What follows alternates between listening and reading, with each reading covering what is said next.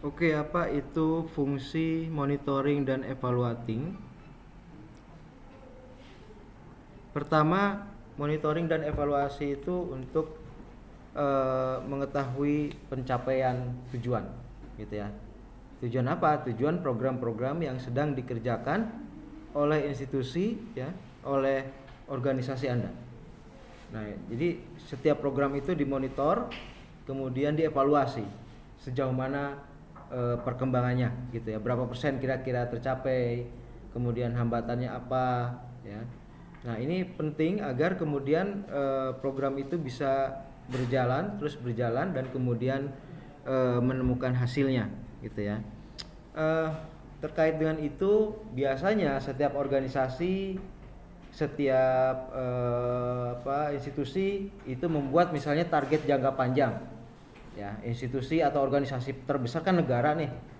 Kalau negara kan misalnya membuat rencana 5 tahunan, gitu ya.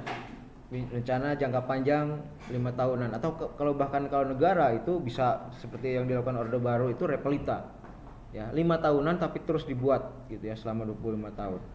Nah, itu rencana jangka panjang. Jadi apa yang ada di dalam rencana jangka panjang itu misalnya adalah visi, misi, ya. Visinya apa nih organisasi, gitu ya. Apakah organisasi ini katakanlah mau menjadi kawah candra di mukanya para pemuda misalnya, gitu ya. Visi, misinya, gitu ya. Nah, kemudian tujuannya apa? Apa tujuan dari visi misi itu? Misalnya untuk menciptakan kader bangsa yang katakanlah mumpuni untuk menjadi pemimpin misalnya, gitu. Kalau Anda ikut katakanlah misalnya HMI atau PMII, gitu ya, atau yang non Islam misalnya ada PMKRI, ada apa lagi gitu. Nah, setiap organisasi tentu ada program jangka panjangnya, 5 tahun misalnya, ya, visi misi tujuan. Nah, itu setiap tahun harus dimonitor, sudah sampai mana pencapaian tujuan visi misi program tersebut, gitu ya. Apa hambatannya, kemudian dievaluasi, kira-kira bagaimana untuk menyelesaikan hambatan itu agar kemudian visi misi organisasi itu bisa tercapai atau terwujud, gitu ya. Kemudian dari program 5 tahunan itu ada program 1 tahun, ada namanya rencana operasional 1 tahun misalnya. Rencana operasional 1 tahun itu mau buat apa, program apa untuk menunjang sampai ke 5 tahun itu, gitu ya. Rencana tahunan, dibuat rencana tahunan misalnya untuk mewujudkan visi misi organisasi, misalnya setiap tahun akan mengadakan katakanlah pelatihan, ya, untuk memperkuat atau penguatan sumber daya manusia di organisasi itu misalnya, gitu ya. Atau di perusahaan itu, gitu ya. Di perusahaan kan setiap tahun pasti ada training, ya, ada TOT, ya, training of trainer, ada segala macam lah yang tujuannya adalah untuk pengembangan sumber daya manusia, gitu ya. Nah, itu biasanya rencana operasional itu 1 tahun sekali, ya, 1 tahun sekali direncanakan, kemudian setelah tahap perencanaan ada pelaksanaan, dan kemudian ada tahap evaluasi. Tahap evaluasi biasanya di ujung tahun, ya, di ujung tahun evaluasi. Nah, disinilah monitoring dan evaluation. Tapi kalau monitoring, waalaikumsalam, kalau monitoring itu sepanjang tahun. Kalau monitoring itu biasanya gradual, misalnya 3 bulanan atau 6 bulanan, gitu ya. Jadi ketahuan progresnya seperti apa. Intinya adalah mengetahui progres. Nah, evaluasi itu bisa saja misalnya di setiap akhir tahun, gitu ya. Di setiap akhir tahun. Oke, melalui Monep ini keberhasilan, dampak atau kendala pelaksanaan program itu dapat diketahui, ya. Melalui Monep ini menjadi transparan, menjadi terlihat apa yang sudah dikerjakan, gitu ya. Misalnya tahun ini katakanlah organisasi kita sudah melatih misalnya, ya, 100 kader misalnya, gitu ya. Dilatih apa saja, gitu ya.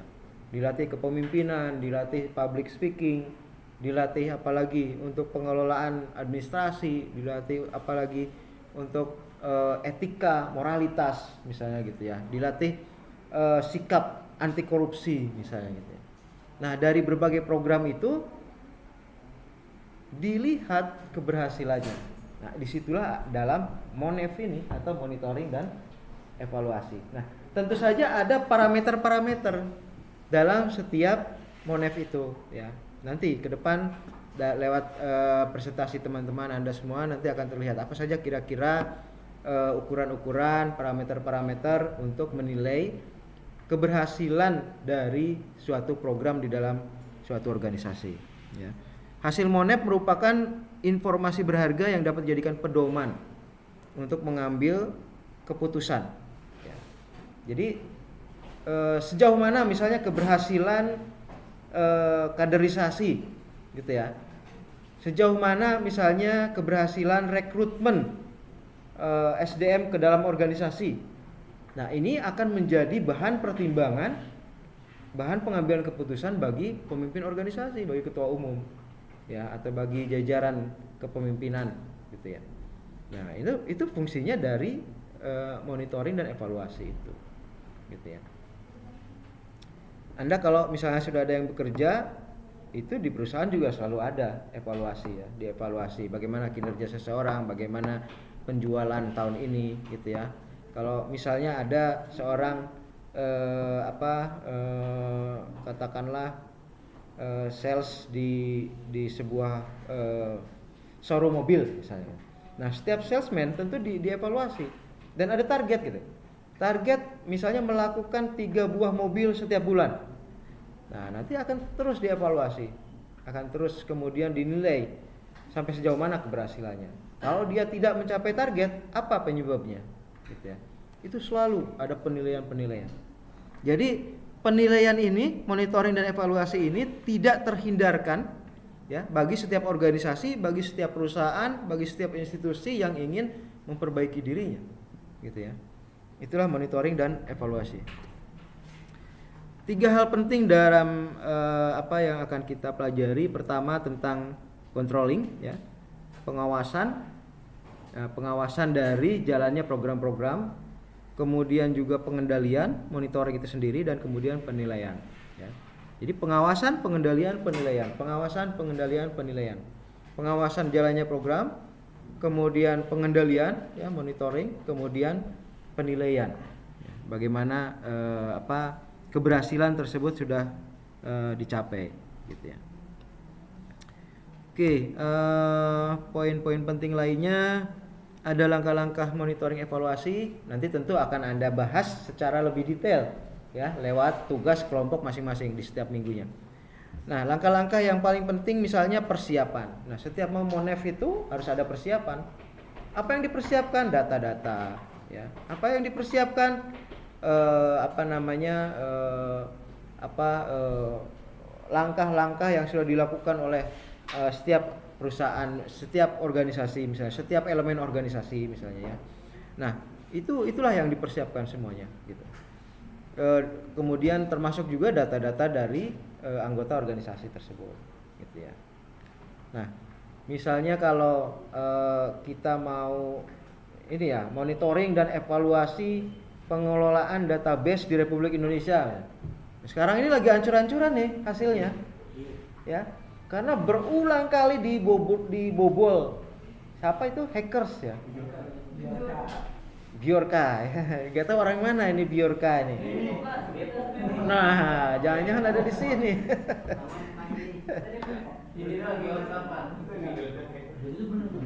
Nah, menyikapi itu kan kemarin ada rapat kabinet nih di istana.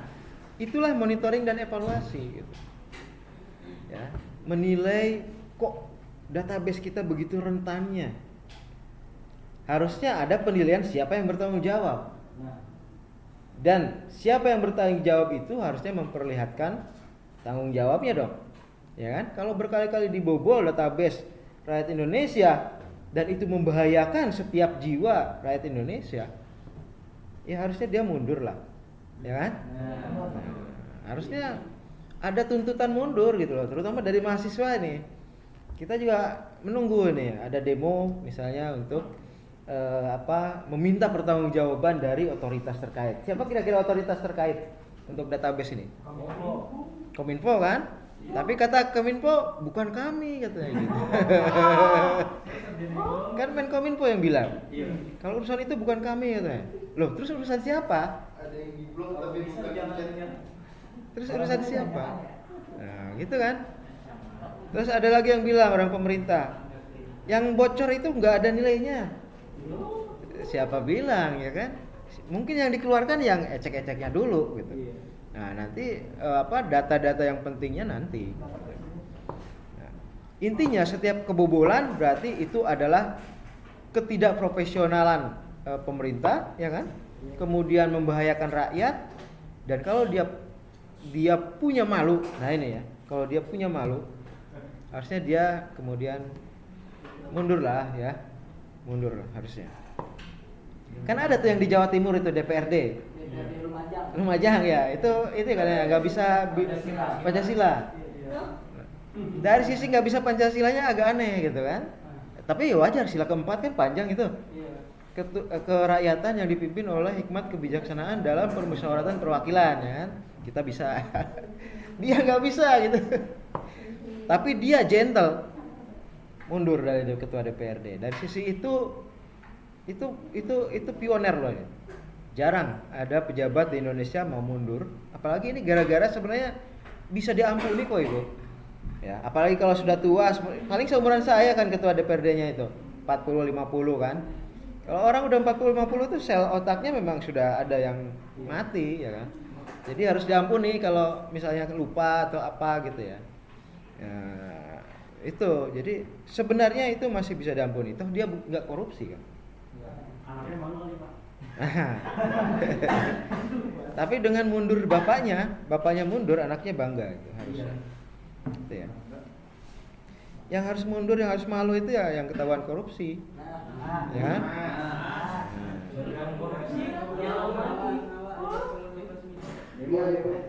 Atau ketahuan punya jadi backing judi, gitu.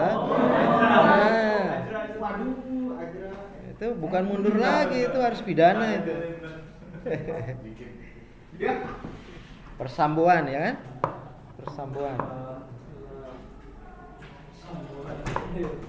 Nah, seperti itu ya. Jadi kasus database, bobolnya database rakyat Indonesia itu bisa jadi contoh pentingnya monitoring dan evaluasi. Gitu ya. Ini jangan-jangan bisa bobol itu karena monefnya kurang, gitu ya. Monitoring, evaluasi, bagaimana memproteksi database. Nah, jangan-jangan itu jarang dilakukan, gitu ya. Asal-asalan. Ini katanya KPU juga kebobolan tuh. Data pemilih. Ya. Data pemilih sekian ratus juta gitu ya. Kebobolan. Nah, itu kan merugikan pemilih jelas itu kan. Dan tapi kelihatannya nggak ada yang, bahkan pimpinan KPU itu bilang itu bukan tugas KPU katanya. Sama kayak tadi Kominfo itu, ya datanya tidak di KPU dia bilang. Kan Sidali ada pernah dengar kan? Sistem Informasi Data Pemilih itu kan KPU yang buat. Jelas-jelas itu di KPU. Tapi pimpinan KPU-nya siapa itu yang perempuan, saya lupa namanya.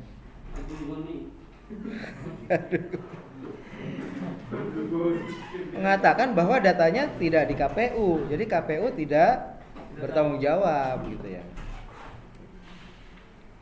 Nah, ini tentu saya kira contoh dari buruknya sistem di organisasi kita, di institusi, di negara kita. Nah, salah satu di antaranya mungkin mereka kurang baik dalam melakukan monitoring, evaluasi, sehingga kemudian ada celah-celah yang bisa dimasuki oleh Bjorka itu. Mungkin Bjorka itu jangan-jangan baru anak kelas SMA mungkin ya, atau kuliah mungkin, ya. Tapi dia bisa bobol itu gitu. Ya, itu bukti lemahnya institusi kita, ya. Dan itu kemungkinan karena monitoring dan evaluasinya kurang. Oke, jadi langkah-langkah monitoring evaluasi itu ada persiapan, ada perencanaan, kemudian pelaksanaan dan pelaporan. 4 hal itu ya. Persiapan, perencanaan, pelaksanaan dan laporan atau evaluasi. Selalu begitu, kembali ke awal, ke persiapan dulu, perencanaan, pelaksanaan, kemudian laporan evaluasi. Balik lagi tahun depannya ke persiapan, perencanaan, pelaksanaan, kemudian laporan evaluasi. Seperti itu, ya. Perguruan tinggi juga di Monep sama saja, ya. Jadi jangan pikir PT IKI ini aman-aman saja, enggak. Setiap tahun itu di Monep. Dan kalau gagal Monep, nanti akan gagal akreditasi, bisa ditutup. Ya, jadi Anda belum lulus, perguruan tinggi udah ditutup, nah mau gimana itu? Ya. Jadi tidak ada yang aman. Gitu ya. Setiap tahun akan ada monitoring dan evaluasi, untuk kemudian ada akreditasi. Akreditasi itu banyak ya. Kalau untuk perguruan tinggi, setahu saya misalnya perguruan tinggi itu harus punya lahan 8.000 meter misalnya. Kalau lahan saya kira PT IKI udah aman. Harus ada dosen per prodi minimal 6 dosen tetap misalnya. Saya kira PT IKI itu juga udah aman, gitu ya. Kemudian fasilitas-fasilitas lain, ya. Kemudian segala macam lah, pendukungnya dan lain sebagainya. Kalau seandainya gagal, maka dia gagal mendapatkan akreditasi, dan kalau parah tidak bisa diperbaiki, itu bisa ditutup. Gitu ya. Banyak kan perguruan tinggi baru yang kemudian ditutup karena memang dia tidak bisa memenuhi persyaratan-persyaratan. Ya, termasuk akreditasi itu sendiri mahal biayanya. Ya. Mahal biayanya, bisa di atas 1 M kalau nggak salah. Kalau nggak salah seperti itu. Kemudian apa kemampuan evaluator? Tentu ada yang mengevaluasi kan. Itu namanya evaluator. Nah, kalau Anda ingin menjadi evaluator, ada beberapa kemampuan yang harus dimiliki. Misalnya kemampuan menyusun instrumen, mengumpulkan data, menganalisis data, karena data itu harus dianalisis, ya. Sejauh mana data, misalnya data dosen di suatu perguruan tinggi itu memenuhi persyaratan untuk akreditasi, misalnya gitu ya. Kemudian harus pula memiliki kemampuan untuk menyusun kesimpulan hasil analisis, gitu ya. Kesimpulannya adalah misalnya PT IKI layak mendapatkan akreditasi A, misalnya gitu ya. Nah, tentu itu dari hasil pengolahan data yang dilakukan oleh para evaluator itu, gitu ya. Kemudian itu ya kira-kira untuk pengantar, untuk memberikan gambaran saja dulu tentang mata kuliah kita, monitoring dan evaluasi. Ada yang ditanyakan, silakan.